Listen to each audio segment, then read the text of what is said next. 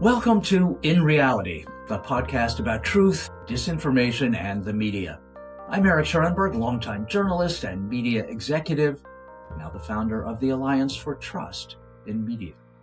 If you want to understand how we got to this moment, a moment when most Americans say they can't tell what's true online anymore, when loud minorities can manufacture the appearance of mass consensus, when we have retreated from a shared sense of facts to our own bespoke realities, let me introduce you to Renée de Resta. Renée has been a warrior for truth in these polarized times longer than almost anyone. She mapped anti-vaccine networks on Facebook in 2013. At the Stanford Internet Observatory, she exposed state-sponsored influence operations, and for her trouble, she has been slandered before Congress, subpoenaed and doxxed and harassed. Her book, Invisible Rulers, is an encyclopedic account of what happened to us all when the ancient human rumor mill met the modern machinery of networked propaganda. She's now a professor at Georgetown's McCourt School of Public Policy, and she's still very much in the fight. Renée and I talk about how ordinary people get pulled into false narratives, how it feels to be targeted by powerful people living out fake and cynical narratives, and how AI is rewriting the rules of influence, and why, despite everything, Renée hasn't given up the fight. And now here's Renée de Resta. Renée de Resta, welcome to In Reality. Thank you for having me on. It is really great to have you here. Now, I first became aware of you when you were at the Stanford Internet Observatory, which was an amazing organization that existed to pull back the curtain on all kinds of online manipulation. So you have really been one of the OGs in this field of information integrity. After years of very important work, the ISO was shuttered, partly in response to harassment from powerful people like Congressman Jim Jordan. You're now at Georgetown. So what's your mandate there?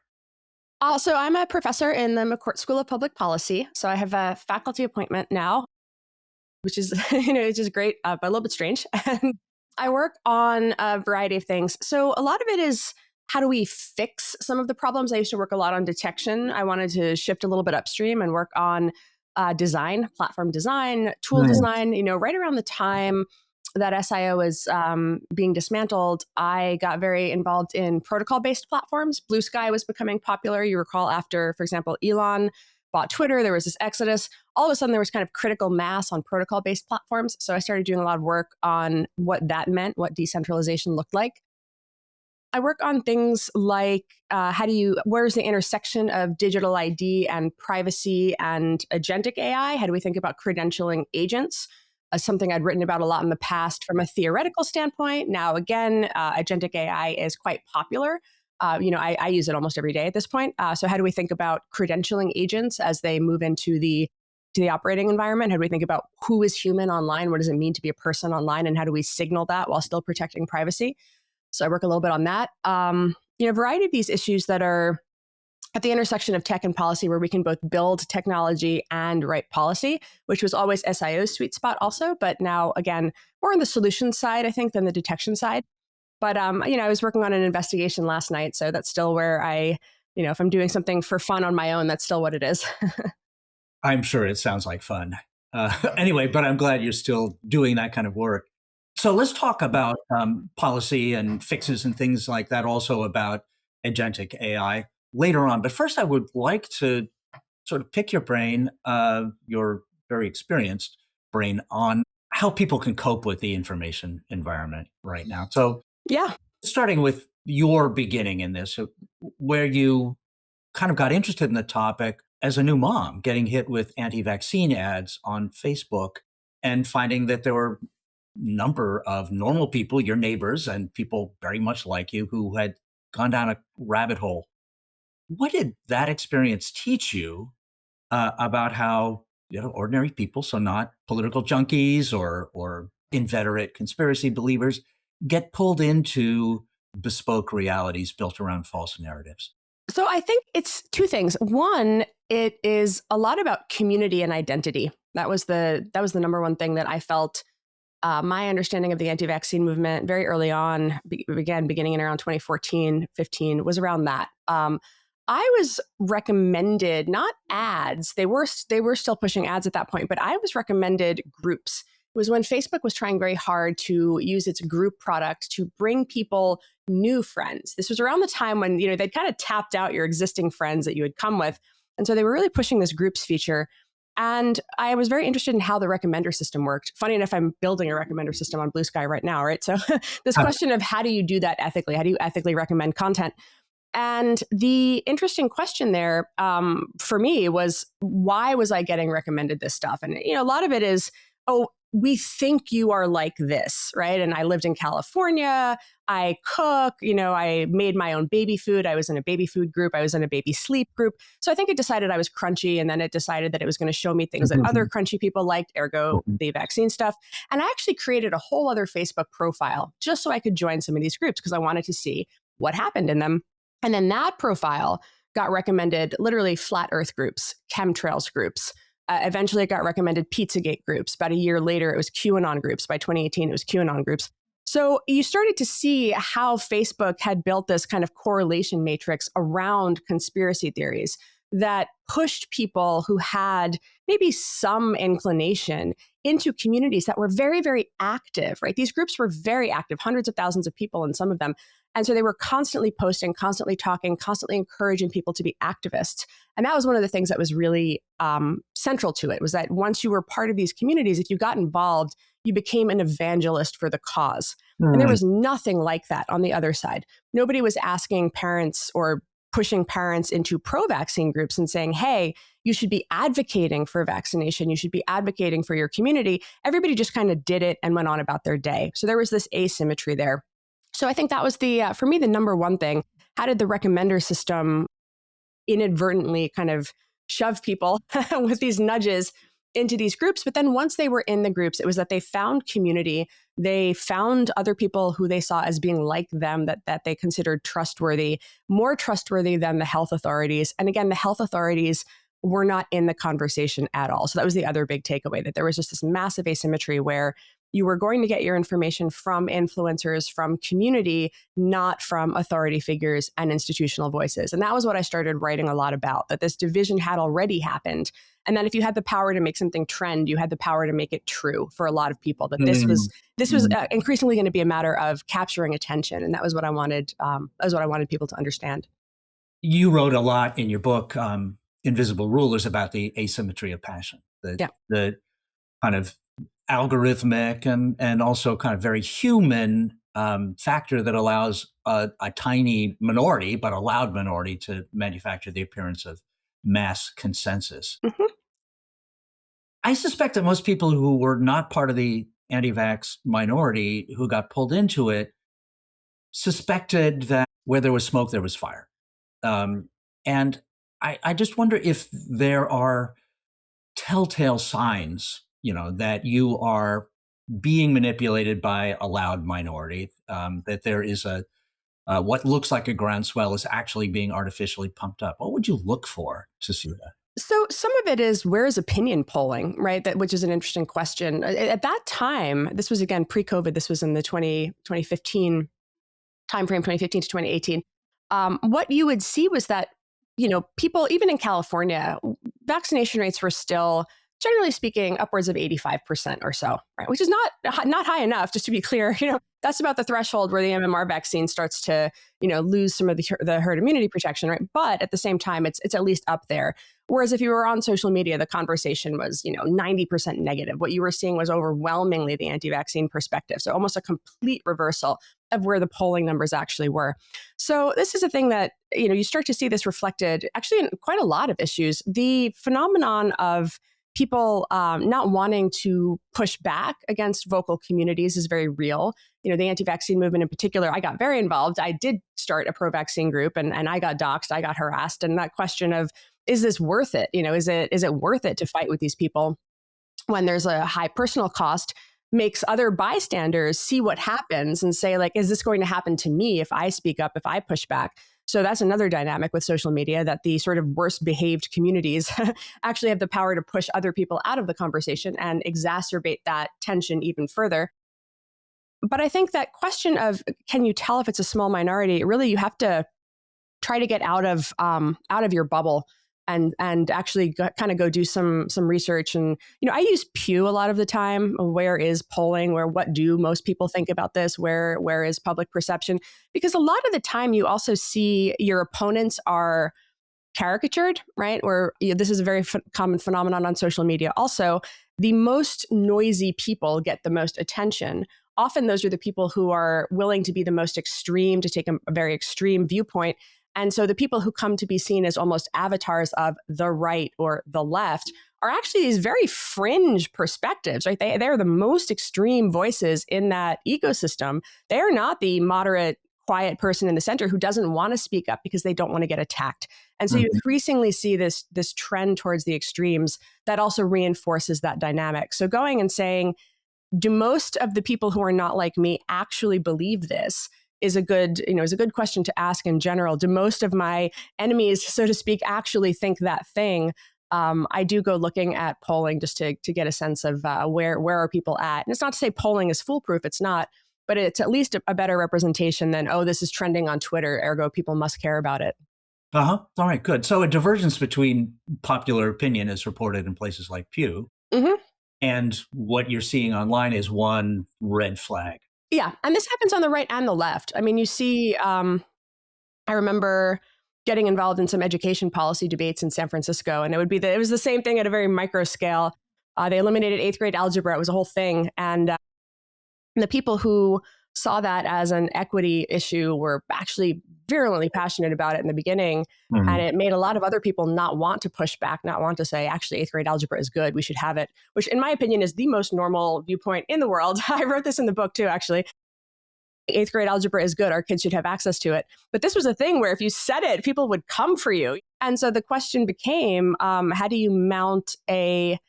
you grow a community that is willing to push back against that is willing to be attacked, that is willing to say the thing loudly and publicly so that other people see that they can say it too?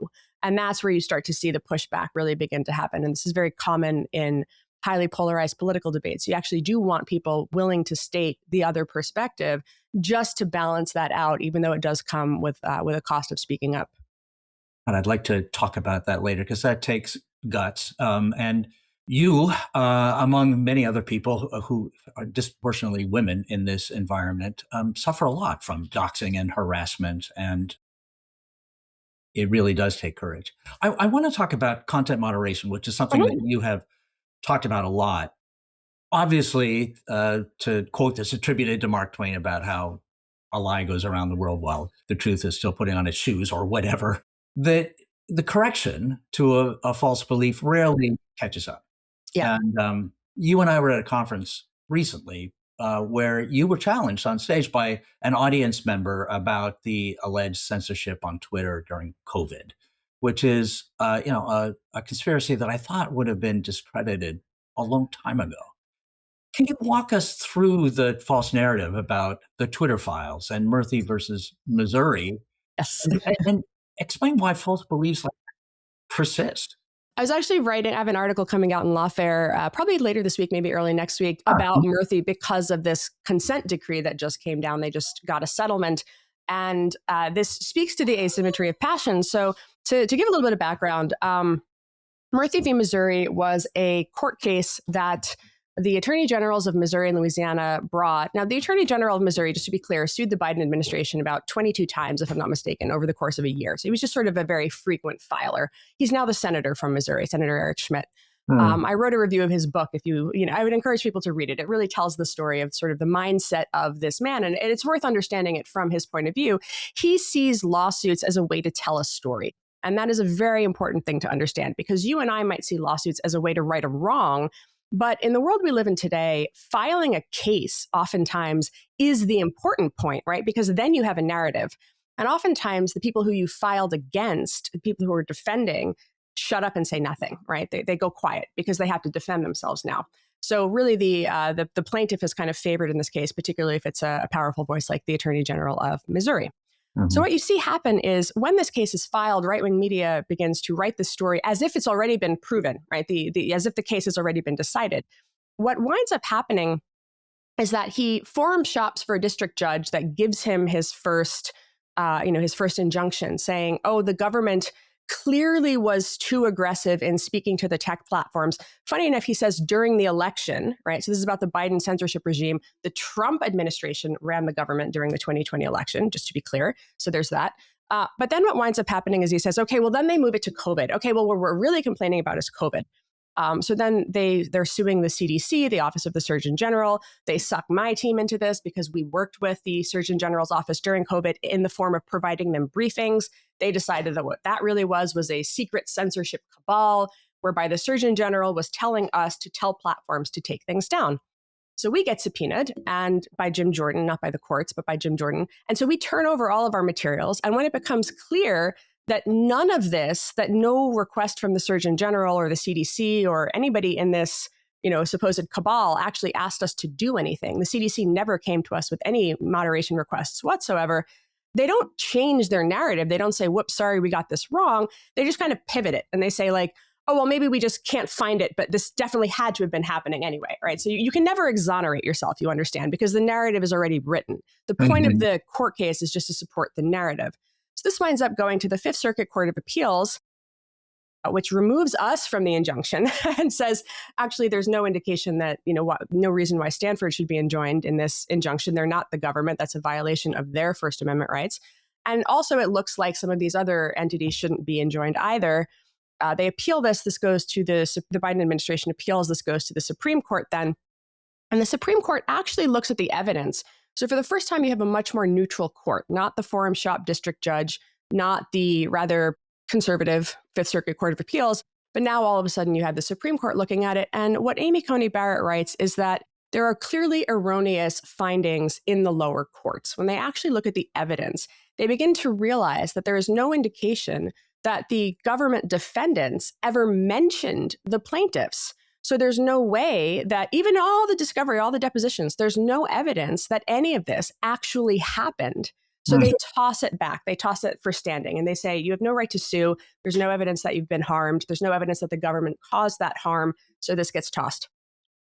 So about a year goes by, and then the Trump administration becomes the government again, right? So the administration rolls, and the DOJ chooses to settle the case. So they go back to the remaining plaintiffs. Some of the plaintiffs now run the government, right? Jay Bhattacharya is now the head of the NIH. But the remaining plaintiffs who are still on the case receive a settlement. And it's only for them, but it says that the CDC, the Surgeon General, and CISA are no longer going to demand, are not going to demand the censorship of these people, which they were never doing to begin with because it was tossed. That's the entire point. But they write it into the settlement, the DOJ, which again is now incentivized to talk about its prior administration as if it had been a bunch of villains, writes this consent decree as if it had happened, even though there is no evidence that it did. So it just gives them the language that they need. There's a sentence in there that says, this is not an admission of wrongdoing. This is not indication of evidence that any of this happened. So that sentence is in the consent decree, but it doesn't matter because now they have a document, right? They have a document that says that the DOJ chose to settle with them. And so the Attorney General of Missouri, now the Senator of Missouri, trumpets this all over right-wing media, all over his Twitter account, everything else, as if he's won, as if he's been vindicated, as if the theory of censorship that he advanced has been proven because now he has this settlement document in hand. Now, again, it was not proven. This was not adjudicated on the merits. This was a incentivized administration choosing to settle with its ideological allies. But that is how the sausage is made. Now he has this document, and this is what you're starting to see happen with some of these cases. So again, in this particular instance, right-wing media, right-wing influencers, and even the DOJ's press release tell the story about the Biden censorship regime, right, being destroyed by the brave Attorney General of Missouri. And Mainstream media doesn't even cover this because it's a consent decree. It's a settlement. There's no there. It's like a participation trophy. So there's that asymmetry of passion again, right? So you have the people who are most incentivized to spin this are doing that spinning, while the people who are most incentivized to talk about the facts choose not to engage at all. This really wasn't covered anywhere. This was, I think, Reuters wrote about it as descriptively, if I'm not mistaken, and Bloomberg, I think, wrote about it descriptively. But they don't actually explain the context that I've just given you, because it takes a long time. That's the problem, right? When you're explaining, you're losing. Who wants to understand this? It's really just people who have this, deep, obscure domain knowledge and understand how this fits in to that broader censorship regime narrative. And it is a huge priority for them to keep it up because it allows them, this is the other point, these are election deniers who brought this case, right? These are election deniers who have chosen to attack content moderation. These are election deniers who have chosen to sue and subpoena people. Jim Jordan, another election denier. So all of this was done in preparation to weaken and delegitimize moderation and relationships between stakeholders ahead of 2024, 2026, and 2028. That is, in fact, the point of it. It's outrageous. It's also, like many truths, convoluted. Yes, absolutely. And it takes a lot of explanation to understand it. For people who are encountering the press releases that these people would be putting out, say, well, we've gotten this decree, it proves that we were right all along. What are the questions that you should ask yourself? If you're a normal consumer of news, before sharing something, some kind of mental speed bump to raise your level of skepticism? In that particular case, most of the outlets that cover it are highly ideological already. This is not showing up in the Bulwark. It's not showing up in the Dispatch. I actually really wish it was, candidly, because then maybe it sits in a place that sits in like the semi-legitimate area, right? I would actually like to see media across the spectrum write about this, because then it would at least, tell the story in outlets that people trust. But if this is showing up in the Free Beacon or the Daily Wire or whatever, that's already a partisan media property. It is very hard to persuade those people who have been hearing for 3 years now that this censorship complex existed. Meanwhile, on the left, they're not going to encounter this at all. It's not even going to be on the radar, right? It's just not going to hit their feed. Or if it does, they're going to be like, oh, that nutjob media outlet wrote about it. Whatever, I can dismiss it. And so you have reality splintering ever further, whereas the people in the middle, these are the ones that maybe you kind of want to reach them. The way I think about that now, and the reason I just wrote 2,000 words on this last night is, how do you write for the LLMs? How do you write for the entities so when they search for it and they get that synthesis at the top of the page, it's not a one-sided synthesis? How do you help the machines understand what has happened here? And it is, as you note, I have this essays and drafts. I don't want it to be 2,000 words. I would love to cut 500 words from it. I have gone back and forth over and over again trying to figure out what 500 words I can cut. But the fact is, the details of the cases, because there were actually 2 consent decrees. There's an even more convoluted case with the State Department is the other one. I write the facts out almost at this point so that other machines synthesize this for the people who are going to take their takeaway from that little box when they type in, what is this consent decree?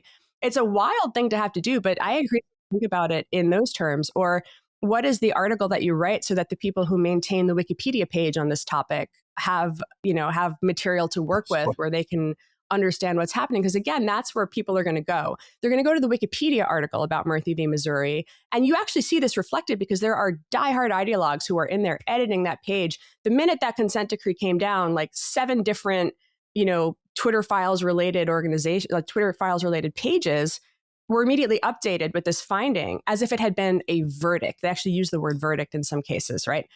And so you see the immediacy, the recognition that synthesizing information for the public is the ball game. And so they go and do it, right? They're passionate about this topic. They go and do it. But again, there's that asymmetry of passion. I can't go edit it. I'm conflicted, right? So the best I can do is write the long form about it, hoping that somebody understands, and try to shave off 500 words today to try to make it more human readable. What you've just outlined, and the reason you wrote a 2,000 word story about something that was decided a year ago, a year and a half Well, no, ago? the consent decrees were 2 weeks ago. The Oh, consent okay. decrees were at the start of this month. Yeah. Okay. But Amy Coney Barrett's Her decision ruling was a year ago. Yeah. um, is sort of the what do they call it? Answer engine optimization. Basically, Yeah. writing so that the artificial intelligence, which is becoming a source of wisdom and history for so many people, it's really interesting. How else is AI changing the landscape? I know from media that the way we used to try to prioritize and drive people to our newsrooms was Yeah. search engine optimization. That's now obsolete, and it is now trying to anticipate what what large language models will decide is true. Yeah. I mean, it's a very interesting question. I don't think anybody really has a lock on this yet. My job has always been looking. Well, so one of the things we did at Stanford Internet Observatory, we had this. We had what we call buckets to understand and to kind of segment out adversarial abuse. So information integrity was one where we looked at state actor or propaganda campaigns, spam and scams, trust and safety, mostly related to children. And then emerging technology was bucket 4. And that one kind of intersected with the other 3, which was how does emerging technology change trust and safety? Well, it turns out, as we saw with Grok, extraordinary things happen in the realm of child safety once you have AI that can generate images. We have propaganda is transformed when you have the ability to generate cheap text and to make personas, right? So I've been a user of large language models since about 2020 was when I think we got access to GPT-3. We had research access. Before it was released to the public, certain research teams were given access to kind of play with it. And we actually wrote some papers with OpenAI, again, before it was even released, talking about how was this going to change influence operations? How would this change capacity for manipulation? And it was a little bit, we were thinking more in terms of bots and automation of manipulation. How would spammers and scammers, I wrote some of the early papers on like what came to be called AI slop, right? How would this transform the ecosystem? This, for legitimate uses, I think it's a hard competition because there is now this ability to generate content so cheaply that I was actually reading a thread by a content creator last night who was saying that there's been such a massive hit in traffic to blogs and websites, right? That's become, a recipe blogger was kind of weighing in saying like, it's increasingly hard to get people there. There are content creators saying, oh, I'm competing with slop for, art, right? For art and even for video now, for music videos. Mm-hmm. So it's really been, I think, transformative for so many industries. The question of how do LLMs interact with people, though, people do find them persuasive. People do find them trustworthy. I was doing this investigation I was working on last night, was looking at a propaganda site, a state-run propaganda site. And I was actually finding, as I was kind of crawling Twitter, I was finding people asking at Grok, is this true? Right? Mm-hmm. In response to the tweets from the Twitter account associated with the propaganda site. And so it's very interesting. I found maybe 25 or so at Grok, is this true, queries in response to a state propaganda page. And Grok is in there in the replies trying to break down, well, this fact is true, but this characterization of it may not be, which is, to its credit, Grok is not actually all bad, right? It does actually get it right sometimes. The terminal Grok is actually quite good, I think. But so watching this dynamic take shape of the AI being the most immediate fact check response, and on X in particular, trustworthy response, more trustworthy than a human fact check, more immediate than a human fact check, you realize that making sure that these systems have access to your content is something that I think, for me anyway, has become a priority because I work in such an adversarial contested space.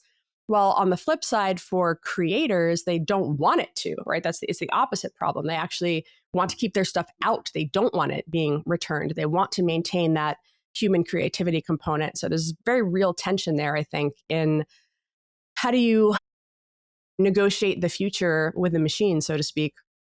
Wow, that Grok, is it true, is going to be a cliche of our time. It is. I know. It's. I used to kind of be more disparaging of it than I am now, because I think one of the reasons why it happens is that people want to know immediately, is this true? Right. And that's where the problem is actually, because in an immediate sense, the AI is not going to be as up to date as you want it to be. This is why Grok gets things wrong, right? It's still also limited by immediacy, by recency. So if it's pulling from tweets and there's just been a terrible event, a tragedy of some sort, natural disaster, it's not going to know that happened for a small period of time, or it's going to use what's called retrieval augmented generation, where it's going to go out and search, and whatever it has available to it in search is what it's going to tell you.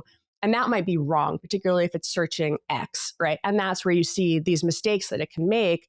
But on the flip side, for longer term, longer horizon things that are at least semi-decided, or there's a big corpus of information, it can do that synthesis. And that's where you see one of the frustrations I have with Grok actually is that it will treat sites like, InfoWars and some of these others, and you see this reflected in Grokopedia, as just another website, just another normal thing, or, maybe you want to see this other perspective, which is InfoWars, as opposed to actually taking a little bit more of what we might call how a fact checker would think about it, recognizing that some sources actually just aren't as good as others. And that's not a partisan statement necessarily. There's garbage across the spectrum, but that is something that you have to reckon with when the machines are fact checking for you. Do you think Grok specifically is going to go the way of Twitter or X under the rule of Elon Musk? He obviously has a very different opinion from you. He does, absolutely. Right, and this is really the interesting piece, I think, is that I would hope that people would also see Grok as illustrative of how vulnerable machines are to what are called system prompts that kind of govern how they engage, or to their training data, which again, when Grokopedia is pulling from InfoWars, you're going to get a very different article about vaccines or whatever than Wikipedia is going to give you.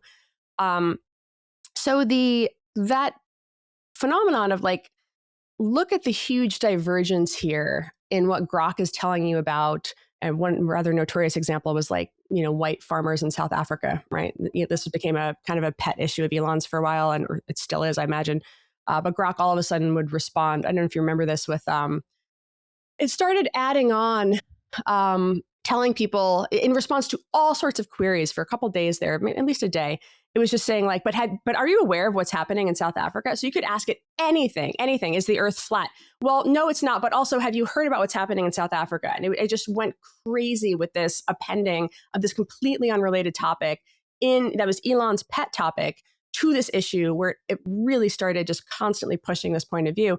And my hope is that when people see things like that, they realize that the machine is not some oracle, right? That it is very much a function of its programming. There is no neutral. So trying to make sure that, I write about these things when they happen. I have a Substack where I kind of chronicle, just so that people understand, to the best that I can do, what is actually happening there, why that system prompt going haywire should actually give you that sense of healthy skepticism as you realize that the machine's answers are very inflected by what it is incentivized to or given instructions to promote in those moments. And that's where I think this question, and as we move into the next election, as everybody is on chatbots, is they're increasingly shown to be persuasive, right? People, again, find them trustworthy, convincing, and have long discourses with them. So David Rand has done a lot of work showing how chatbots can be persuasive, both in the realm of moving people away from conspiracy theories, but also moving people towards or away from political positions, candidates. And as people see the power of that persuasion, obviously, these papers get coverage, political campaigns pay attention, and then they try to figure out, how can I put this to use for myself?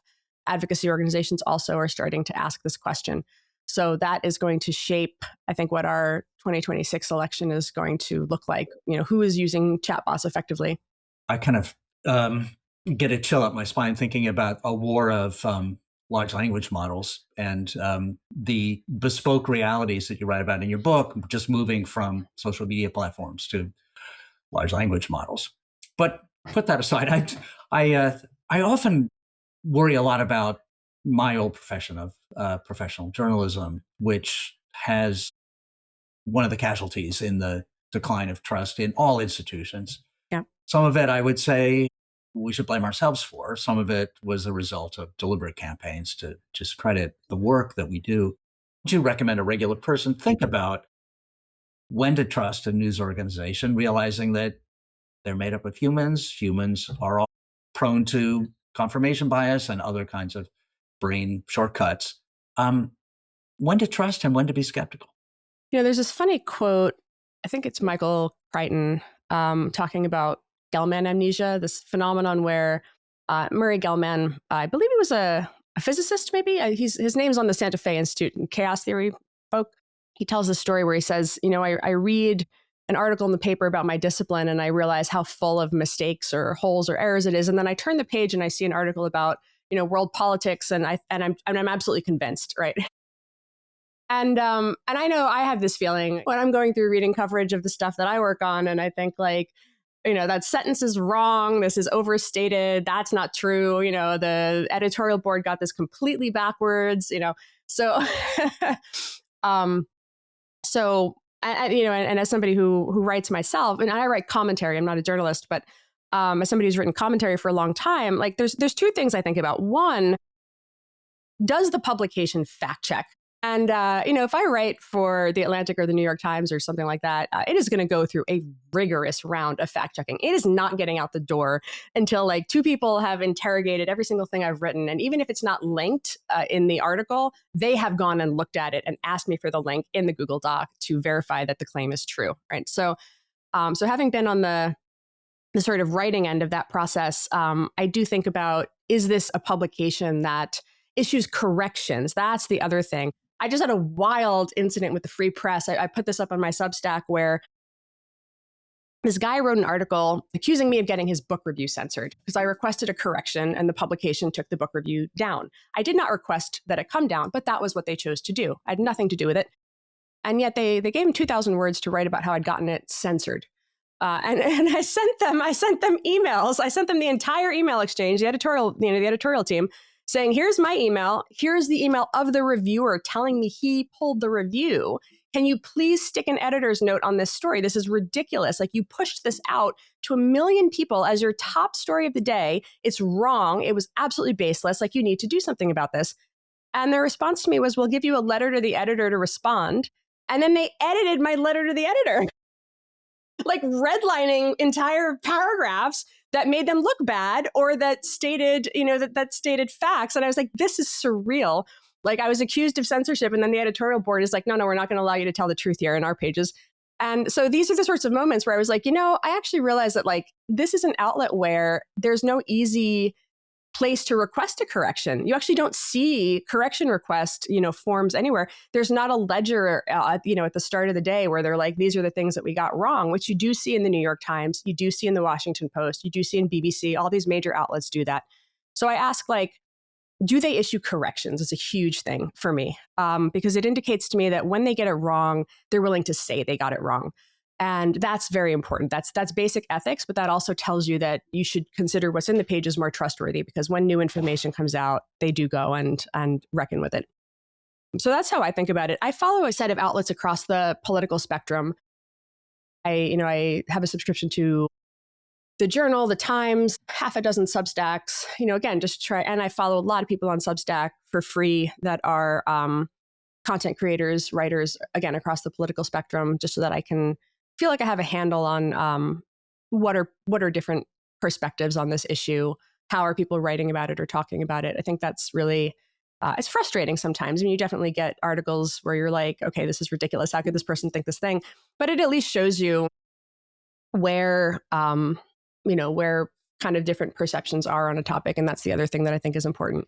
So one, does it issue corrections and have a fact-checking process? And then two, and that's really legacy media or mainstream media. And then two is the, how do you diversify the ecosystem of things that you consume? And that's where I found Substack and others to be useful. In lateral reading, diversifying the part of the ecosystem that you are engaged in, how do you distinguish between, say, influencers who don't have the institutional apparatus around them to do things like fact-checking, or for that matter, in most cases, to do any kind of basic reporting? So it's basically analysis of news reported elsewhere. What's your judgment about how seriously to take people? So I think of the influencer ecosystem as commentary, right? It's built on top of, most of the time, the journalistic ecosystem. It is rare that you have an influencer who is actually out there doing independent reporting. Now, sometimes you do, right? There are reporters who have left some publications. I think the Intercept comes to mind. There's a few guys who have left the Intercept and started Substacks, and they actually maintain a network of sources, and they actually continue to break news on Substack. Again, the Intercept has its angles, but there is still, again, roughly speaking, they will show you the documents. My source gave me this. Do you agree with their characterization? Maybe not, maybe, but they're at least showing their work. This is the document. This is who I talked to. Here's what I found. And so there are some who are still doing reporting, but most of the time it's commentary. And so I think about it more as persuasion. This is persuasive content.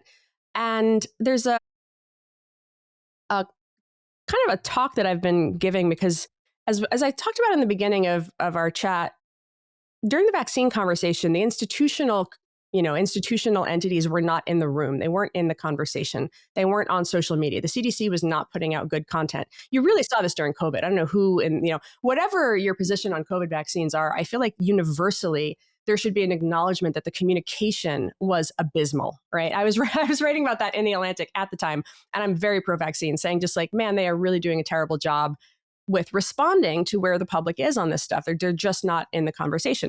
Frontline physicians were doing a great job, right? Again, people who were saying like, I am an emergency room doctor, let me tell you what is happening. And that's a non-institutional communication. And you're actually starting to see a lot of those people who started that during COVID continuing with it. So these influencers, these content creators who have a background in medicine, who are epidemiologists, who are creating that content.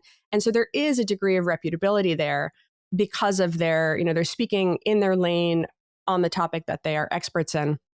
And I think that they provide an accessibility and a speed, right? They're able to kind of keep up with the speed and the discourse style of social media in a way that institutions don't.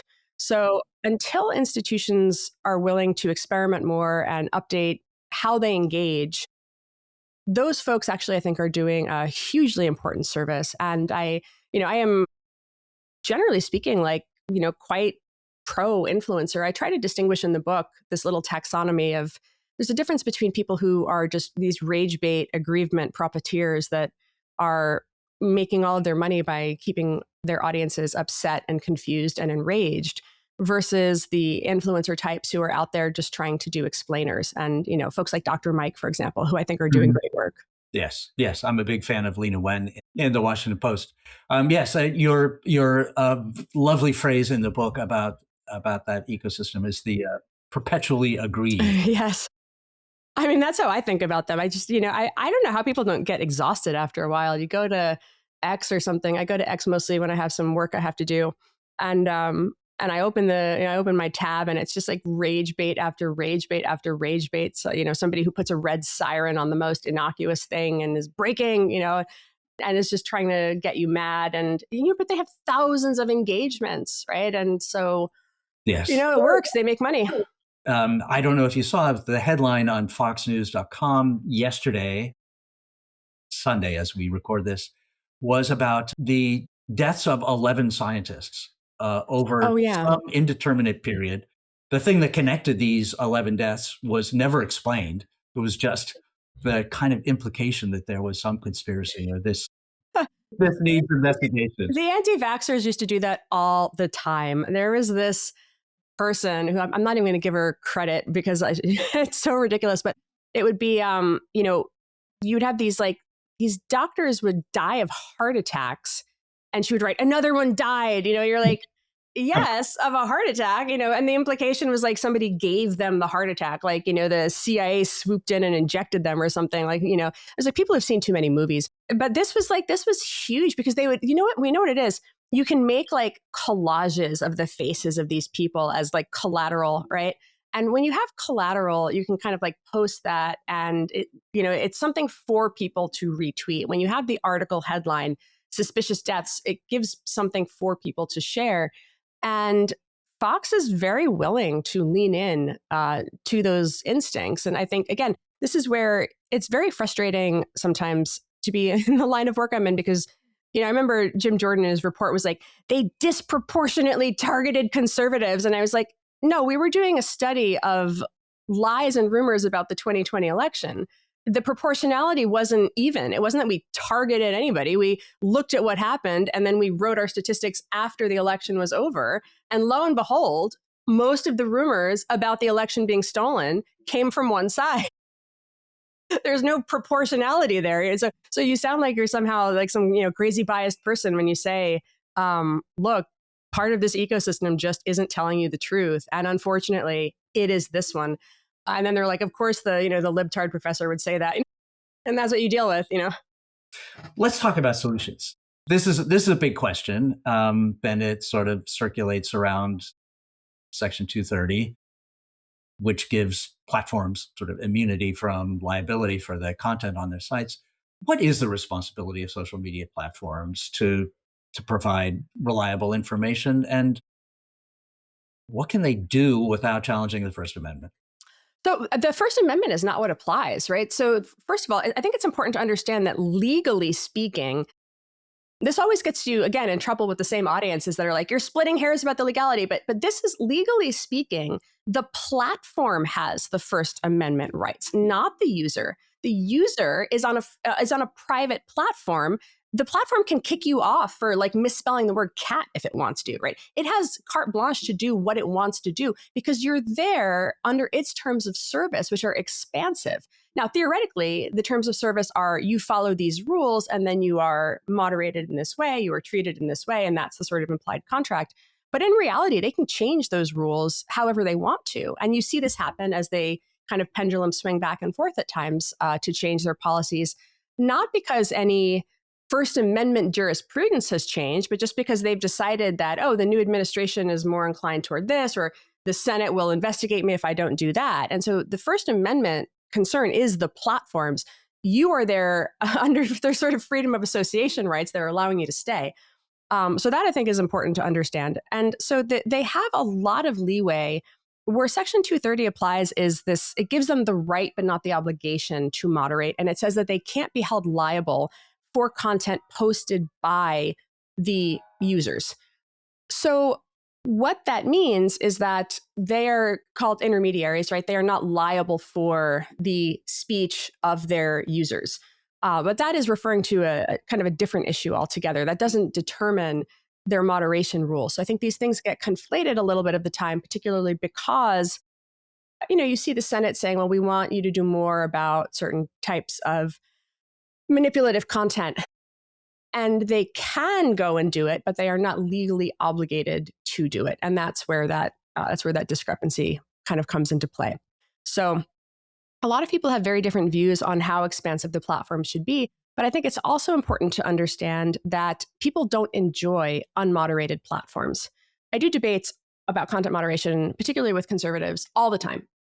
And you ask the people in the room, how many of you regularly spend time on 4chan? And almost no hands go up. 0, maybe 1. And the reason is because people don't actually enjoy being in unmoderated spaces. They are not looking for that type of dialogue and discourse. They're actually quite happy with an environment that at least is nominally doing something about brigading, bullying, harassment, doxing, none of which is illegal under the First Amendment, right? In most cases. And so that's where you begin, when you sort of point this out to people, they're like, oh, well, yeah, I do want that kind of moderation. Oh, I want that kind of moderation. I want that kind of moderation too. So the question is, how do you give people, how do you maximize freedom of expression while also at the same time minimizing the worst stuff? And that is where I think around the edge cases of, is this, misinformation? How should we think about health content? How should we think about political content during an election? There's a little bit more divergence of opinion around that. There was recently a case in Los Angeles in which civil action found Meta liable for harming a plaintiff by the design of its platform. It was a consumer safety issue, not a censorship or content moderation issue. That's, I guess, one of the ways that the legal system can intervene. Yeah, that's a really interesting case. I'm kind of curious to see how it stands on appeal. New Mexico had a similar one, I think the week before, or the week after. It was right around the same time. There's a couple things that you see there. So first, it's a recognition that and this is something I've written about for a long time, the design of the platform, and again, what it chooses to recommend. It's a curatorial decision in terms of, it is the editorial content of the platform. That is a speech decision when you think about what to recommend. But the design of things like infinite scroll, right? Is that an addictive product design feature? Are there certain things specific to, one of the reasons I mentioned recommendation engine is in the New Mexico case, they set up kind of a sting operation. They called it Operation Metafile, where they made teenage girl accounts, and then they found Meta recommending those accounts to older men, right? And then in response to that dynamic starting to take shape, where these older men begin messaging these sort of fake teenage girls, Meta encouraged the teenage girls to monetize their accounts, right? It wasn't doing anything to minimize the harassment or, keep these messages out of their inbox or not recommend teenage girls to men. Instead, it kind of went the other direction. That began to exacerbate. So that's where you start to see, when I ask these questions about what is the ethical way to design a recommendation system, most people, I think, would find that objectionable. I certainly do, right? That should just be a no. Yeah. So this is where you get at these questions of, at the same time, on the flip side, what is the law? Like, where does the law come into play, so that while we see that as a bad thing, you don't want to create an environment where it turns into, you shouldn't recommend this topical content. So these questions around what is behavioral and product driven versus what is topical and content driven, that's the line. And these two cases found that there were product design flaws. So it addressed what is called conduct, not content. It addressed the conduct of the platform in its design. And that's where both of those verdicts went against Meta. But again, this will be appealed. And so we will see what happens next. It's a relatively new theory. But again, I have no problem in general with looking at certain feature design in this product safety way. I think you just want to recognize that you want to make sure that it is not abused by people who are trying to use it as a backdoor to get at the content piece. Yes. You personally have been sued and subpoenaed and doxxed, harassed, publicly accused of being, in league with the government, censorship. Censoring book reviews. Censoring book reviews, yes. My powers are endless. Renée, has any of that changed what you're willing to say publicly, or how you? I think honestly, it's probably made me more willing to talk because I find it so absurd. I find it so irritating. I think, look, a lot of people, I've been getting yelled at on the internet for a little over 10 years now. Across the political spectrum, right? And so, I at this point see it as, this is what happens when you choose to be in the arena on hot button issues. And I'm, again, for whatever reason, over the years, people do listen or pay attention to what I have to say, and so some criticism is part of that. And I actually don't mind that. Again, I really feel like debates and response, and I interact a lot online. I'm a extremely online person. It's where, for me, the realization that the government can just harass you was I was like, oh man, we're really, I started reading a lot. I've got the books on the shelf behind me, like that one, 30 Years of Treason, is a transcript archive of the House Un-American Activities Committee, just like selected transcripts. And the one next to it is Walter Goodman's The Committee, A History of the Committee. Like, I spent a lot of time reading what happened from 1938 to 1968 or so with the House Un-American Activities Committee when I got my subpoenas, because it's a collective action problem, right? And that's where you realize that when these subpoenas start to come down and you're asked to turn over all of your emails to Congress, they can just ask for that, by the way. There doesn't have to be a justification. Mm-hmm. There was no indication that we had mass censored anything. It was just like Matt Taibbi denounced us in a congressional hearing, and then Jim Jordan gets to ask for my emails. And I was like, this is wild.